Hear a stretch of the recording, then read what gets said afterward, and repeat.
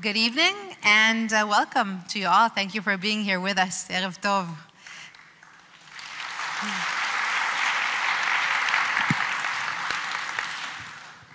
Before we start our conversation, I am happy to invite Moti Schwartz, Director General of Mishkenot Shalanim, to say a few words. It has been a while, huh? It's great to see you all, really. We didn't have a full house like this for a while. Good evening and welcome to the 10th International Writers Festival in Mishkenot Shalanim, opening this evening here at the YMCA together with the Jerusalem International Book Forum. Dear friends, the Writers Festival is the main platform in Israel for the exploration of Israeli and international literature, and we are proud to celebrate the 10th edition. This year, we are delighted and honored to open the festival with Olga Tokarczuk, the 2018 Nobel laureate for the books of Jacob, and we are happy to be back with the physical format of the festival. In the coming days, we will present a fresh and unconventional festival, of which the voices of writers from far and near interweave to form a human tapestry in all of its beauty and complexity. I'm sure we will hear from and about Olga in the talk ahead of us. So I won't count the endless impressive resume of merits and prizes, among them also the Man Booker in 2018 and others. But on a personal level, I would say my close to 3 years journey to bring you over has ended. Thank you for coming and be here with us.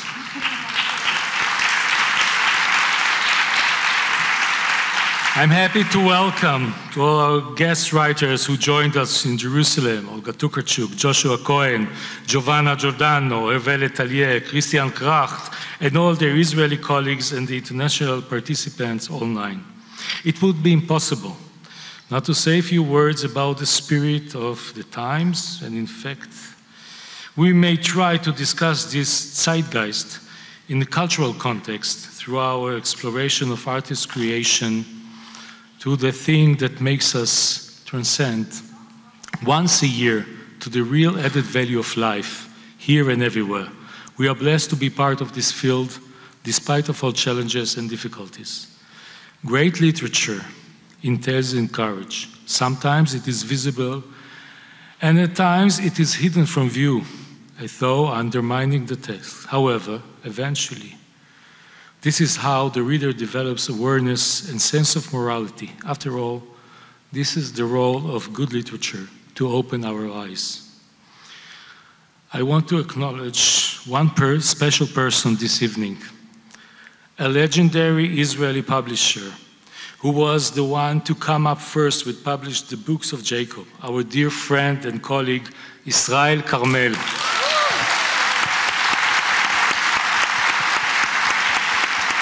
Thank you, Israel, for your special place in the Israeli literary arena. I want to thank also the Jerusalem Foundation for the support to the Ministry of Culture and Sport and to the Cultural Administration, the Bracha Foundation, the Ministry of Foreign Affairs and the Cultural Diplomacy Department, and all to our dear supporters and sponsors. A special thank you for the one who assembled the wonderful collection of people and events, the Artistic Director, Julia Fermento-Zeisler, and to the one without whom nothing in the festival would have happened, the Festival Director, Einat Ashdod. And of course, to the Festival and Mishkenot team and all the people who took part in the realization of this festival. Thank you.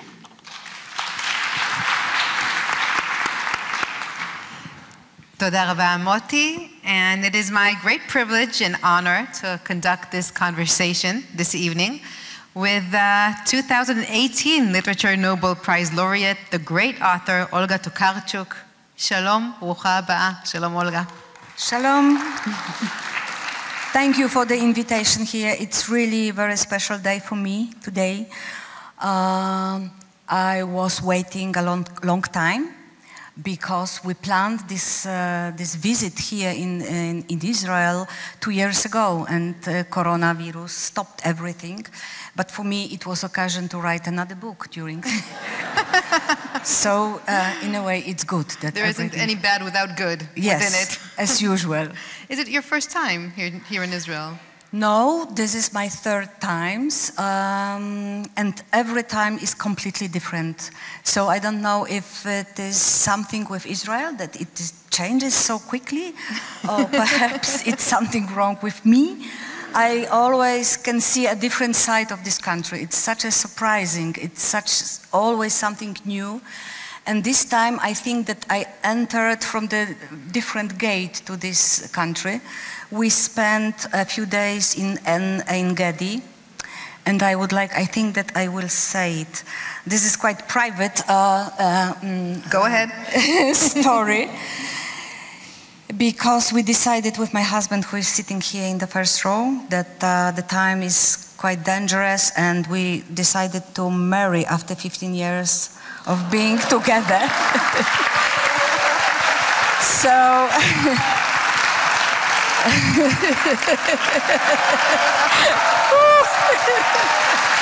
but don't be so too happy because.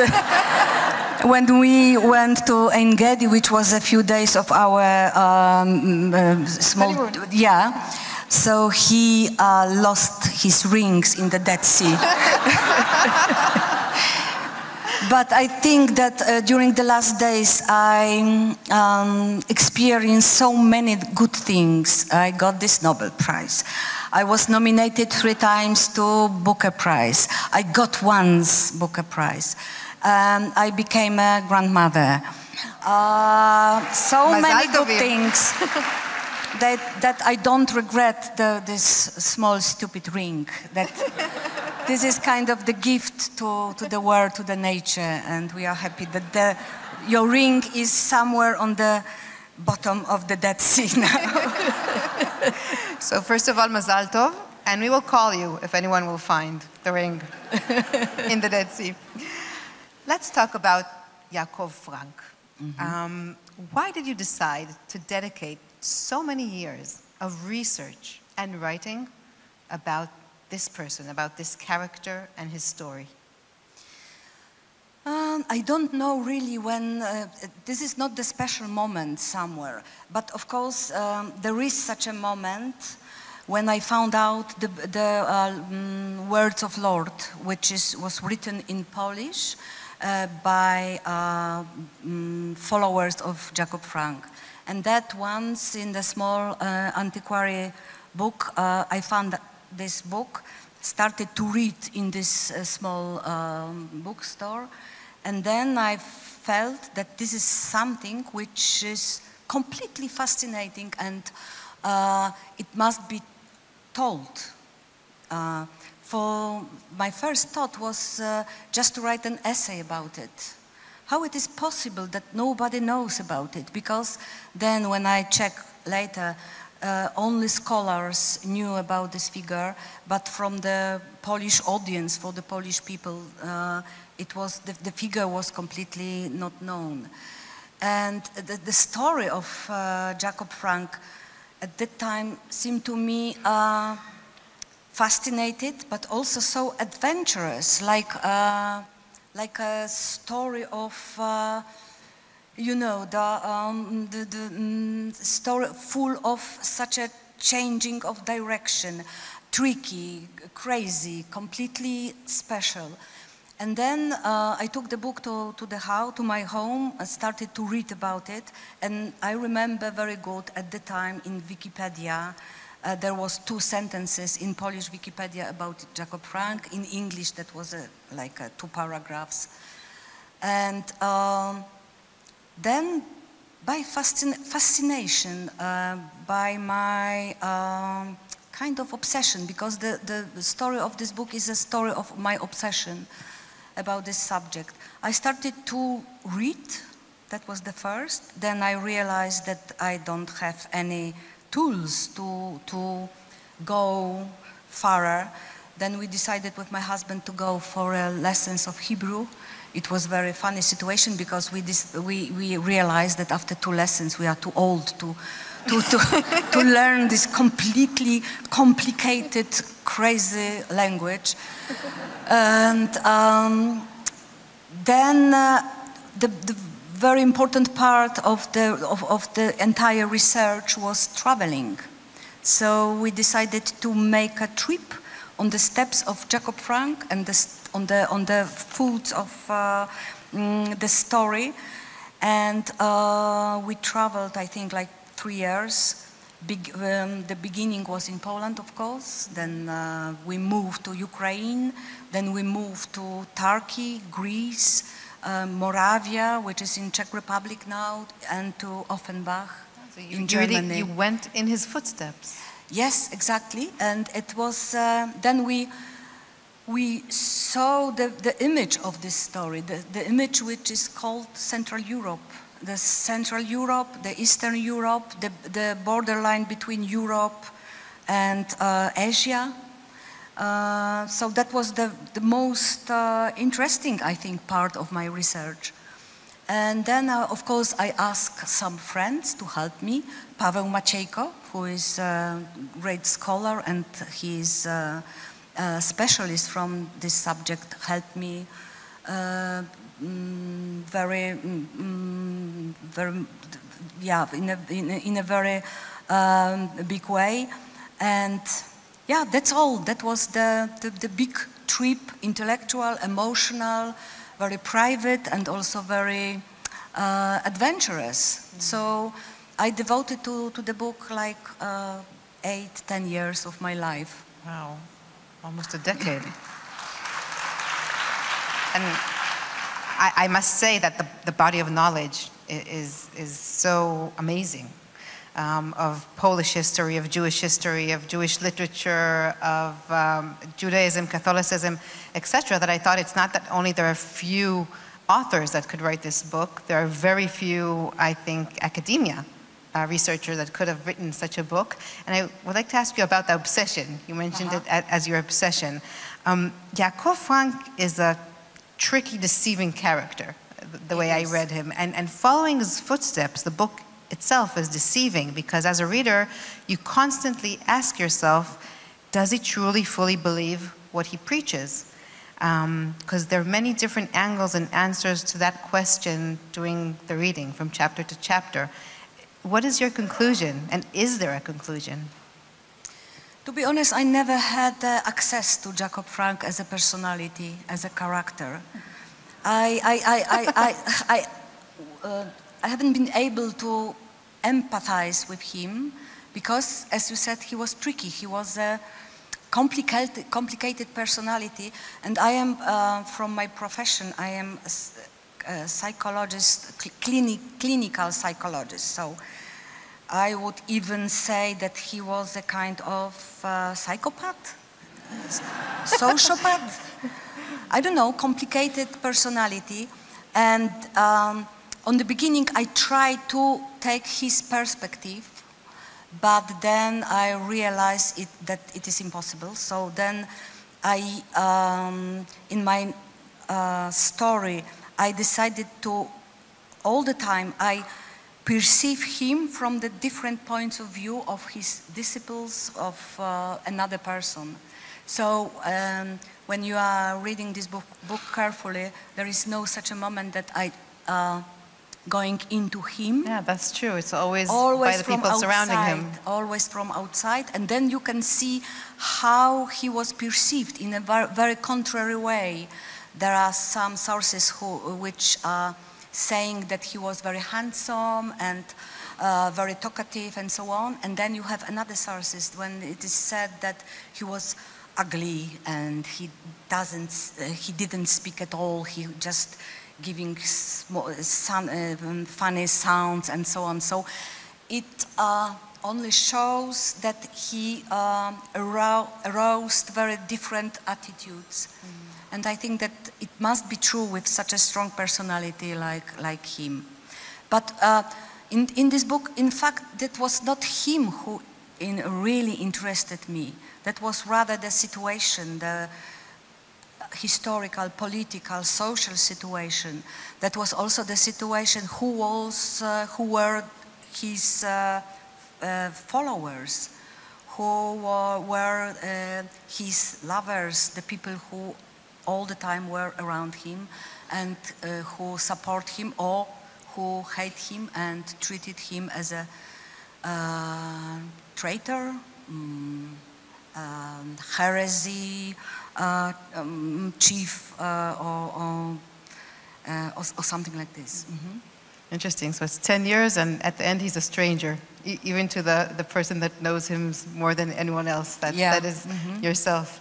The figure of Yaakov Frank is a European figure, a European model of syncretism, going between and through Judaism, a bit of Islam and Christianity, without a clear national identity. And in order to portray this utopic model, you chose the Jew, a Jewish figure.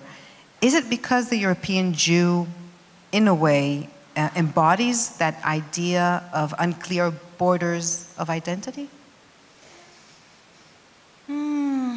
I think that it's different perspective from here, from Israel and from Central Europe. We have to, just talking about this, we have to come back to this time. It's a threshold of enlightenment in Europe.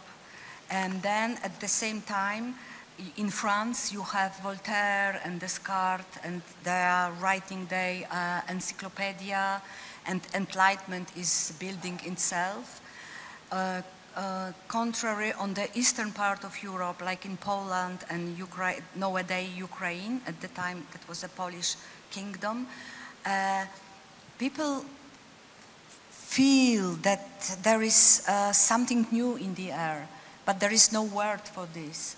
So people, there is an intuition, I think, all over the Europe that this order cannot stand anymore, must be something which change everything. And then Jacob Frank is the son of this situation. No matter if he is Jew or Poles or Pole or whoever, this is like a wind of change in the air.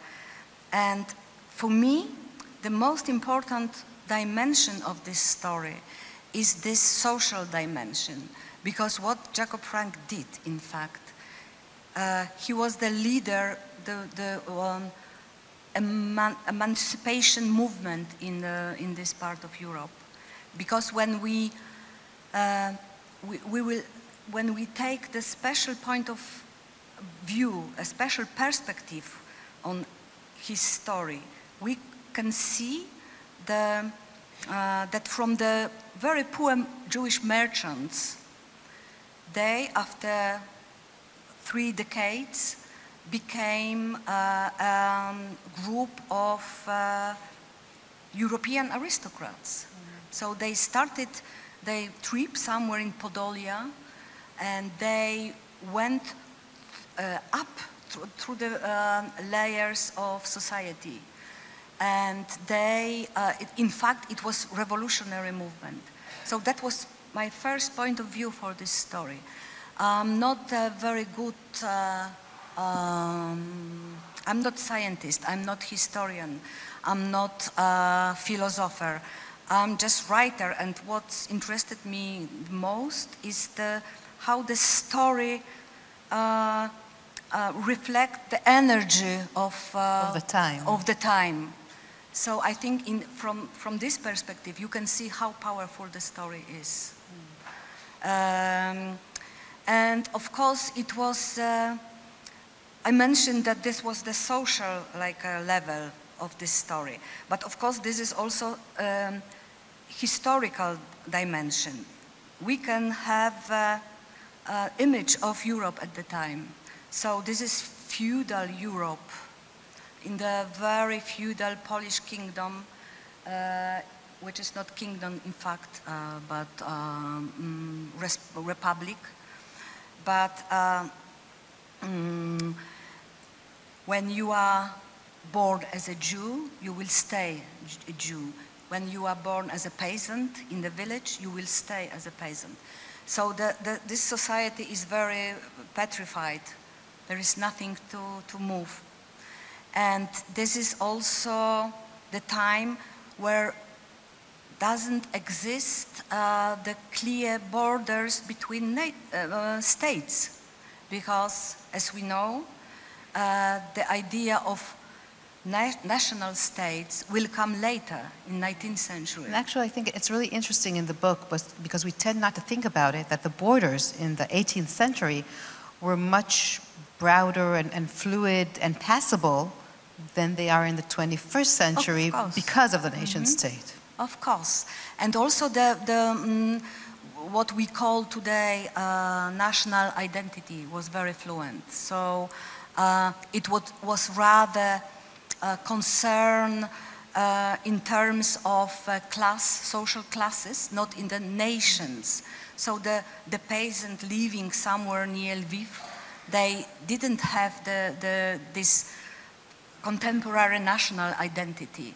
And I think that also these Jewish merchants living there, they were identified themselves as a Jewish in a religion sense. There was no this category like a nations, which is something also opening for us. We are now in the pages of this national thinking. So that was also very interesting for me and very, very fresh. And of course, I was always interested in mysticism, not only Jewish mysticism, which is my really obsession, but also in mysticism as general. Why people are inventing such strange things? Why they are believing in it? What is the purpose to create such a beautiful and such a ideas which are helping us in this our human, sometimes very suffering state, to be human, to be to experience pain and suffer and so on. So that is the answer you found, that mysticism comes from yes, from human beings wanting to heal themselves, or to heal themselves. And because I'm not religious as a person, but I'm very interested in religious. It seems to me that this is one of the most beautiful inventions of human beings. Kind of stories we used to tell each other. We used to give our children and our grandchildren. And I treat religion as a beautiful story which helps us. It sounds a little bit Marxist, I'm sorry. But this is also something which is connected with literature. So from one side, I am interested in mysticism, and from the other side, I always was very devoted to science. That was my also quite important job. So I think that literature for me is something which is between mysticism and science. And this is this special space in between which I try to work out, let's say. And in contrast to today's Poland, heading in the direction of ultra-nationalism, maybe even chauvinism, your book puts a mirror in front of the Polish people, showing them the alternative. Hi, this is Poland as it was. It looked like this in the past. It was multicultural, it was multilingual. So can we reimagine, can we redefine what Polishness is? Was that a goal when you wrote the book, or did you discover it throughout the writing? It's a quite complex question, but first of all, I have to say that this is not true that Poland is, like a conservative country full of longing to the tradition and so on.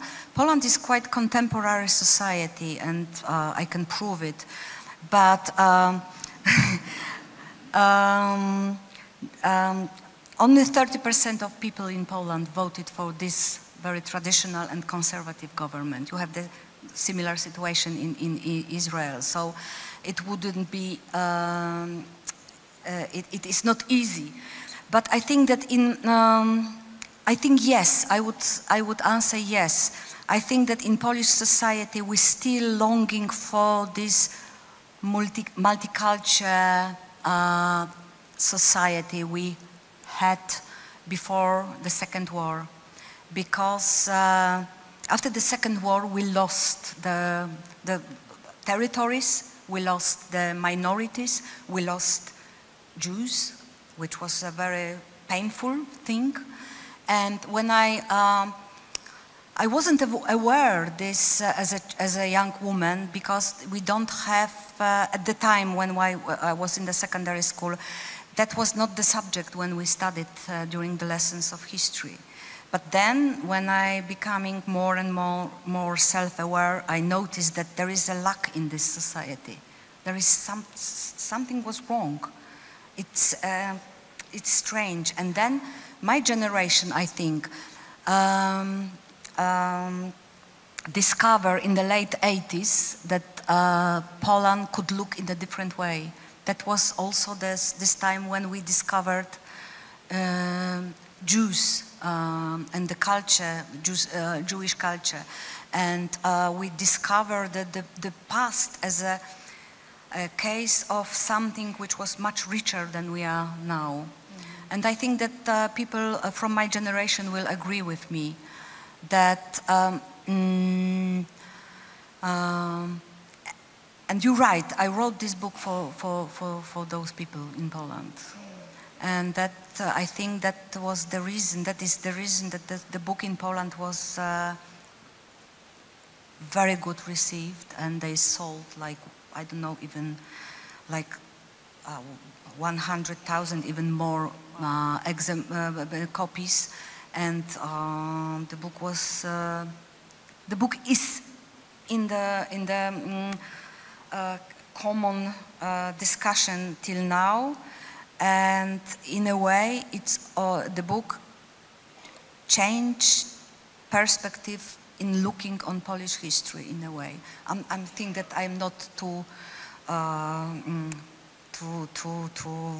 I'm not overvalue this book in Poland. I'm sure you're not. And then the book is translated into various languages. And Hebrew is one of them, and the Israeli reader isn't aware, usually, of the Polish context, that it was written and read. How would you like us read the book in Hebrew? This is the moment I have to mention Miriam Borenstein, who is my translator.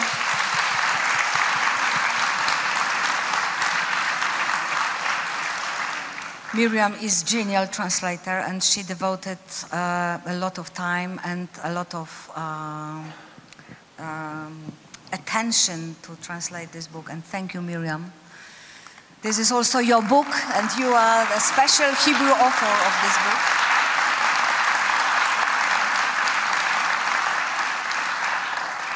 Thank you for giving me the opportunity to read for 2 years the characters writing. Thank you.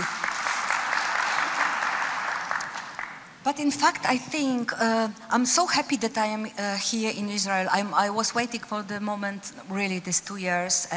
But I think, in fact, that this book is more than Polish and Jewish. It's universal, and I have proofs from the another languages, because the book it's telling the story which is very contemporary story, even if the action takes place in the 200 years ago. But the story is about refugees, about assimilation, about escaping, about trying to negotiate with majority. It's a book about different, fluent circumstances, and how we can accustom to the new situations, how we can change, how we can transform ourselves, And what does it mean, assimilation?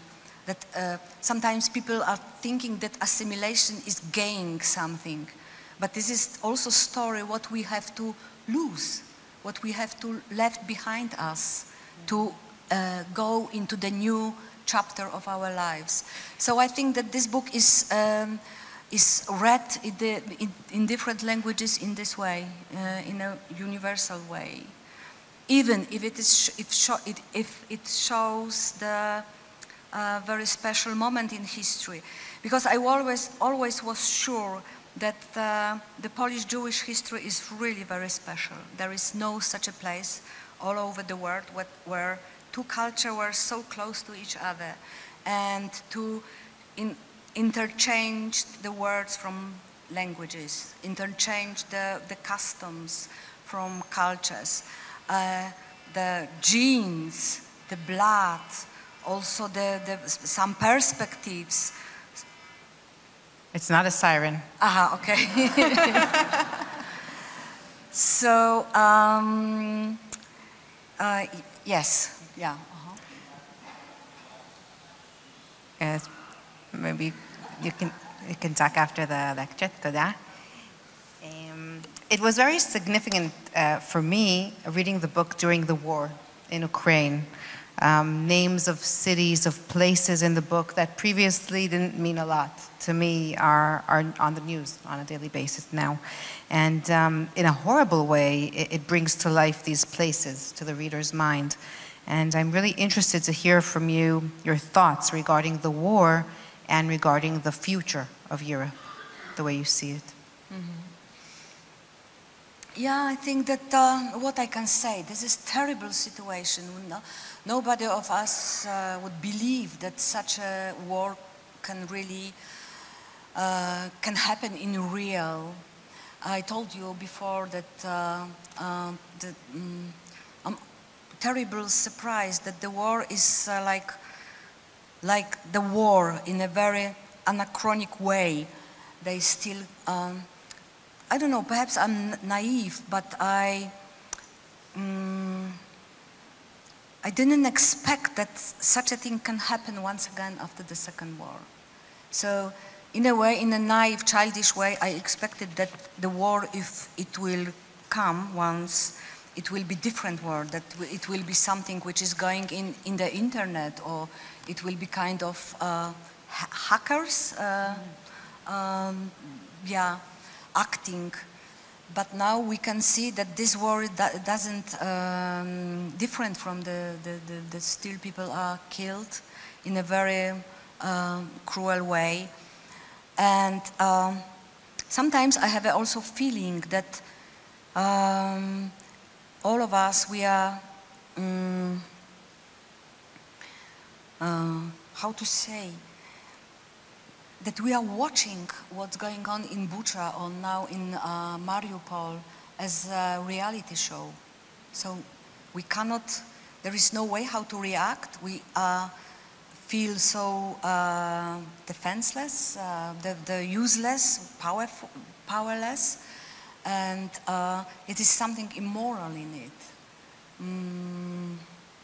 That it is so present through the media and social media and then so far at the same time. For sure, Tamar, you have the same, that you are checking in your phone what's going on, and we have so many images, cruel images in our phones, so all of us, we are on this war. And my Ukrainian friend, Tanya Malarchuk, she said that there is no poets now, no writers, no journalists.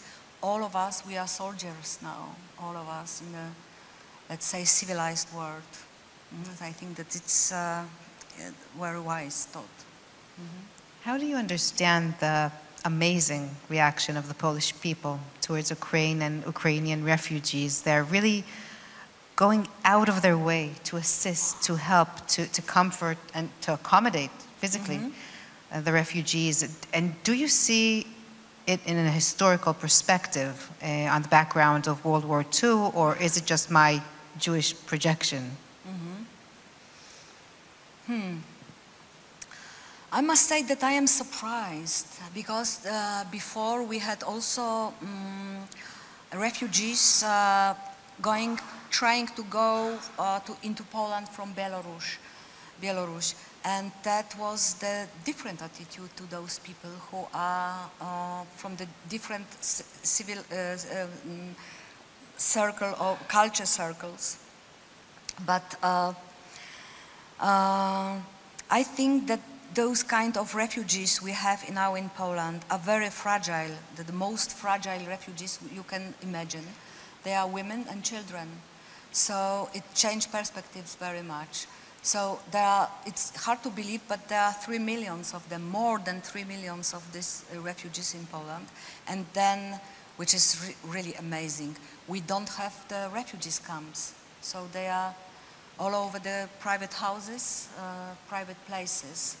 And also there is I don't know anybody in Poland from my friends who doesn't have any refugees in her houses. Wow.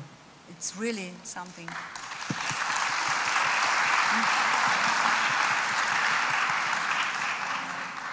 I think that they are also, we can communicate with Ukrainians, so there is not the same, of course. Sometimes there are funny situations because when we try to talk with those people, we use the Google translator. So we are writing in Polish and they are answering us in Ukrainian by Google. This is this new contemporary dimensions of our contemporary At least it's the positive ones, and contrary to the ones that you mentioned earlier with the footage of the wars on our phone. In the context of the war, I would like to try, if I may, and challenge a bit your call for universalism and your deep criticism to the nation state. Because one could say that democratic Ukraine is demonstrating in its fierce and brave opposition to the Russian aggression what patriotism and social cohesiveness could achieve. So maybe the nation state, as long as it is democratic, could be a source of humanism against the totalitarian nation state, which is Russia. Yeah, maybe. Yeah, this is a kind of challenge for me because I always believed till the war that Europe is facing the new time, which will step by step melting the national borders, and it is this process. I am aware that it is in Europe. And the war is like put everything to the back, to the beginning. Of course, when you are living in a state of war, this kind of patriotic national energy is helping. But I think that this is not the future for the world.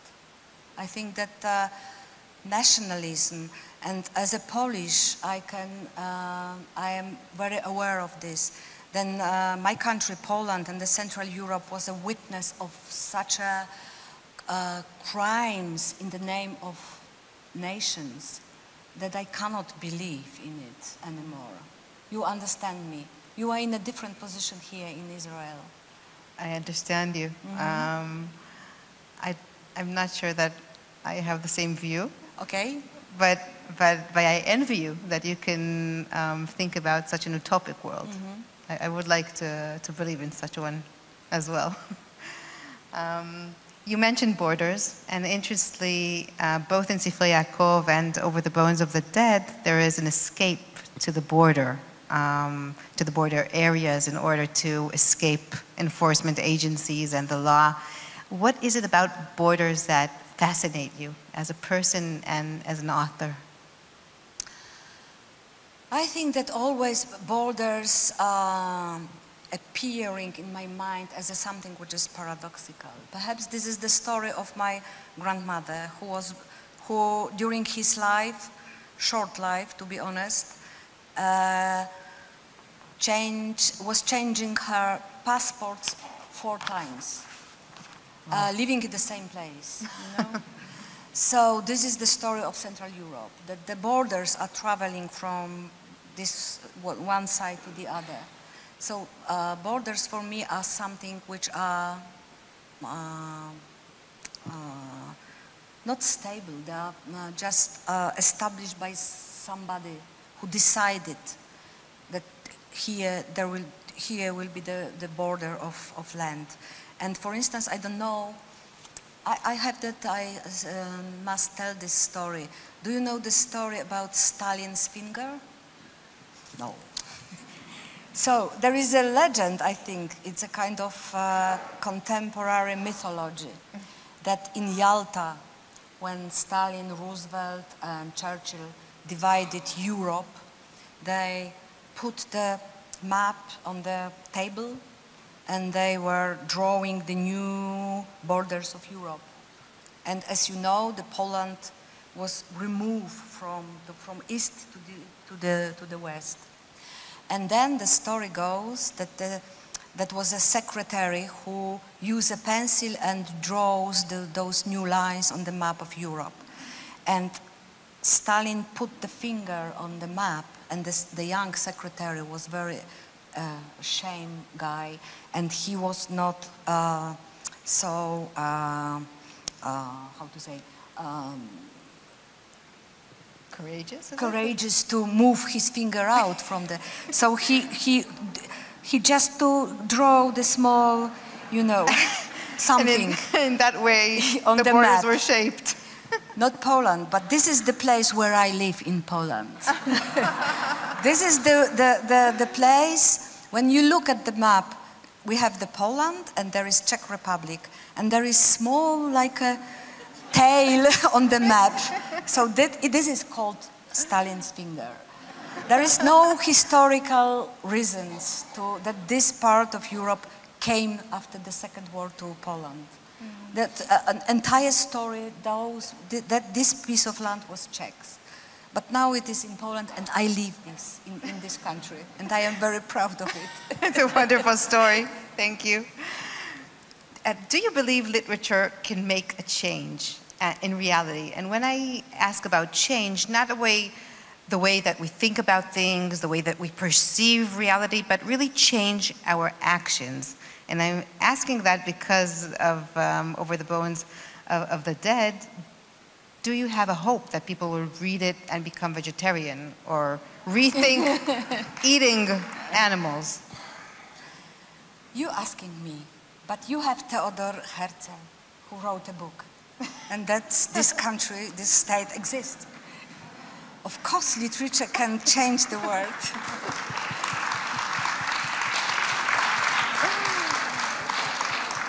Of course, because people are reading and they are changing their attitudes. We had a very beautiful the speech of acceptance speech of Julian Burns, and he said that literature is so powerful, and he said about empathy.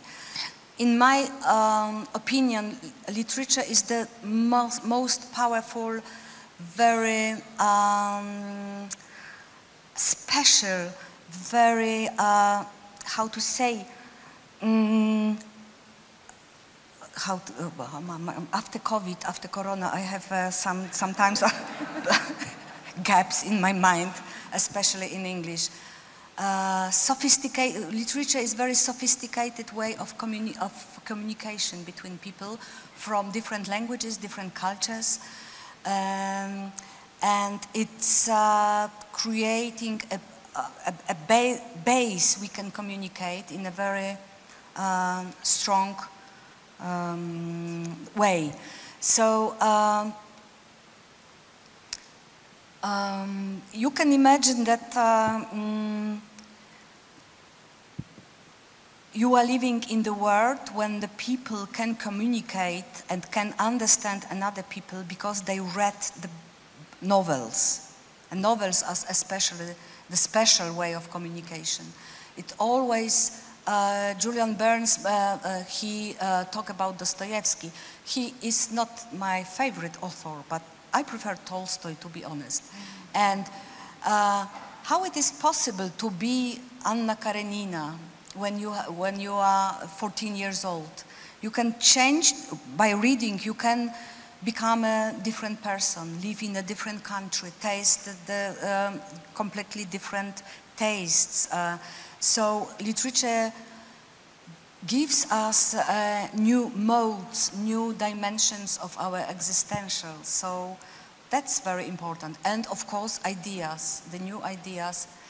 I remember you mentioned Drive Your Plow Over the Bones of the Dead. When the book appeared in Poland, that was on the beginning a small scandal. And even my Buddhist friends, they said they were a little bit sad about this book. Olga, what did you write? This is a kind of terrorism. What you are promoting this way of thinking. And I said, no. Literature is not the question of promoting. Literature is a question of asking the questions. If you are reading this book and ask your question about those subjects, it's the task is gained. So this is the reason I like to write, and I like to ask sometimes strange questions. And actually a bit of a prophecy, because in 2009, and when I think the book was published, the idea of ecological terrorism could be seen as fantasy. Mm-hmm. And since then, it's 13 years, when we face much more vividly the gravity of climate change, do you think that the option might become reality rather than science fiction? I think that people, in a way, are accustomed to the idea that you can fight for animals. You can fight, you can devote something, you can be very serious. This is not the question that the cats and dogs, but much more serious things. And I think, yes, what on the beginning was called as eccentricity or asking stupid question now is treated very serious. That's really something important. I think that the way that we moved mm-hmm. forward, I always think about it with Prince Charles, because I remember there were days that he was called, I'm sorry, a tree hugger, uh-huh. because he was very aware of climate change. Yeah. And today he's so respected for what he's doing for climate change, and etc. Could climate change activists be the new Frankists, a globalist alternative approach to rigid national borders? Activists. I don't know. That's a good question for the readers, how they imagine. I hope they succeed better than the Frankists, the way they ended. I think that my story with Jacob Frank is closed, you know. When I'm coming back to Poland in a few days, there is a promotion of my new book. And in a way, it's a completely different subject. But Books of Jacob is a very important part of my life. It's a story of my obsession. This is a very deep travel into my Polish and Jewish history, and this is it shaped me in a way. So the book is staying with me, but I would prefer to go farther. Could you give us an introduction, what the new book is about? This is once again a play with the genre, literary genre. So as the Drive Your Plow Over the Bone of the Dead was a kind of creamy story, detective story. Empusion, because this is the title of the new book, is playing with horror genre. So I took entire form of horror and just put some new things into it. And this is, in fact, this is the story about completely something else. So I'm really, I trust that this book, thanks to my translator, will find itself here in Israel. We hope so too, very quickly, hopefully. What is the most enjoyable thing about writing process, about writing a book?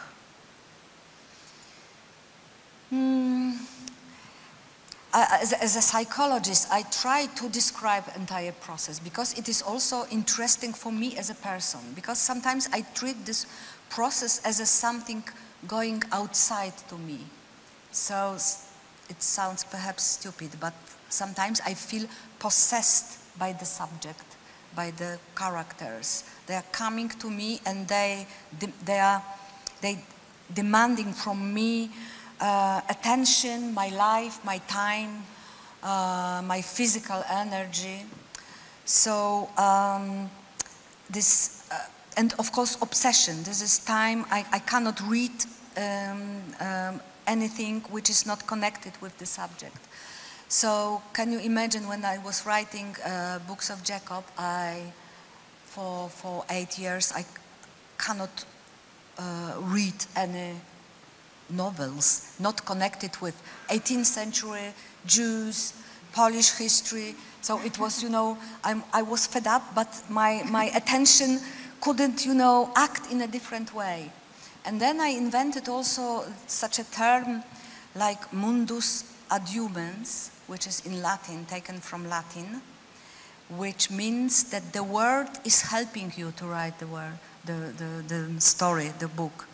And it sounds a little bit mystical, because that is a very strange idea that the world is helping you to write the novel. So this is also the goal of the world, that the world is waiting for this book. The world would like that this story would be written. But I can prove how it works. For instance, your attention is so concentrated on the subjects, then for instance, you are in the reception in the house of your friends. And you cannot stand anymore all those stupid discussions, yeah. And they are talking about, and I keep myself not to ask people, oh, you know, have you heard about Jacob Frank? Have you heard? And the people are fed up of me, so I'm staying somewhere in the corner drinking glass after glass.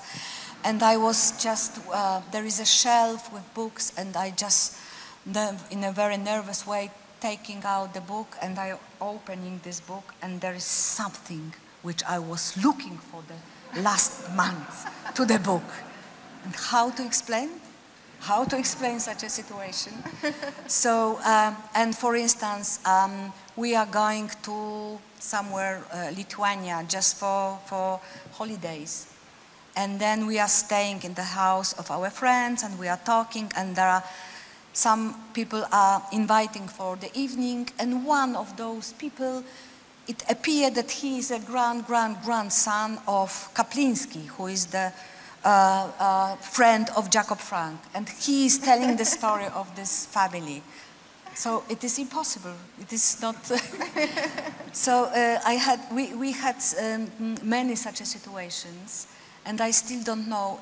Is it the question of attention, that your attention is so sharp and choosing some fact of the reality from the reality, or there is something really mystical that helps me to write the novel. Serendipity. I would like, even if I am not religious, and even if I have a tendency to use Marx for some interpretation, but I like this idea that the word helps me to write a novel. We like it too.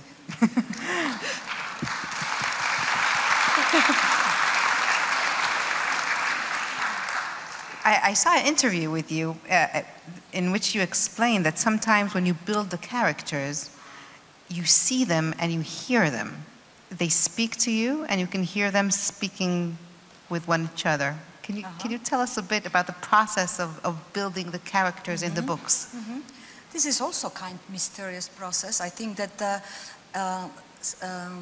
entire psychology is engaged into it, and I always, because I am not a good writer from dialogues, I always have a problem how to create a dialogue. So then I am my idea is just to wait for dialogue. So when I'm in the time of relax, when I am very close to sleep, this is not the way that I'm hearing the voices. Please don't treat me this way. But this is a kind of inner processes which are very close to such a inner voices. So dialogues, one word, and somebody is answering. And when I finish the books of Jacob, which was quite dramatic, because I was completely exhausted, physically exhausted after the book. So I had a dream that I am somewhere on the holiday in Bulgaria, and there is a beginning of piece on the stage somewhere in the garden, and the people are coming and sitting on the audience, and I'm also waiting for this performance on the stage, and then I'm starting to recognize the faces from the audience, and I see, oh, this is Nachman, and he looks very contemporary in jeans and a t-shirt and so on. And oh my God, this is Wierzchowski, this is another guy from the book. And then they are with their children and they are sitting and they are, just, we are friends and we are talking about weather and so on. And I am so happy. And they exist in a way in this kind of reality which is in between our words. It is not a real word, this is not, I don't know, the paradise or hell or whatever. This is just the word of literature, of our dreams.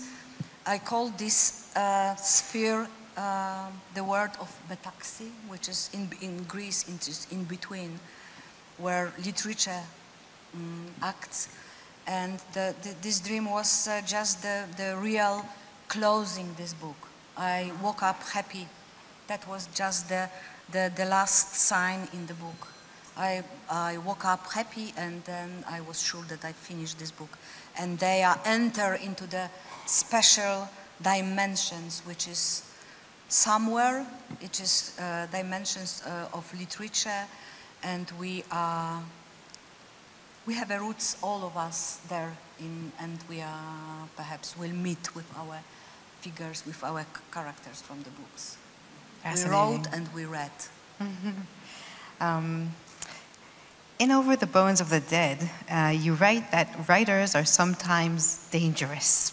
They are never only themselves, but an eye that is constantly watching and translating what it sees into words.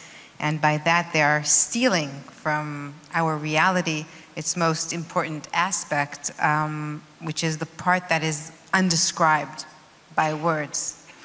And I was wondering, do you feel sometimes like that when you walk around the world, when you talk with people, that you always have that eye that looks through the lens of the author, of being always the author and Olga?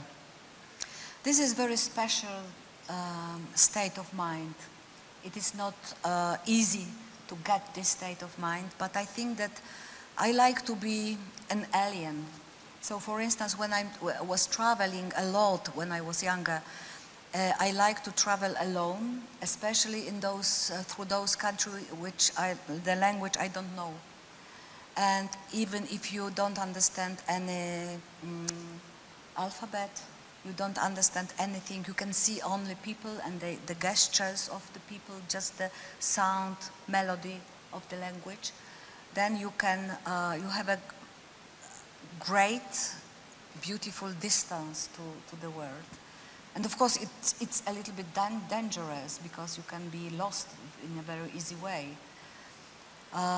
There is such a paragraph in books of Jacob, which is the praise of how to be an alien, just an alien.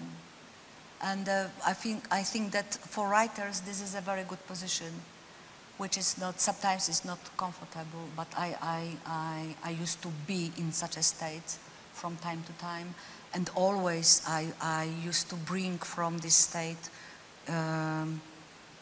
many great sentences to my writing. Olga Tokarczuk, thank you very much. We wish you a great honeymoon. Thank you so much. It's a great privilege and honor to be here. Thank you.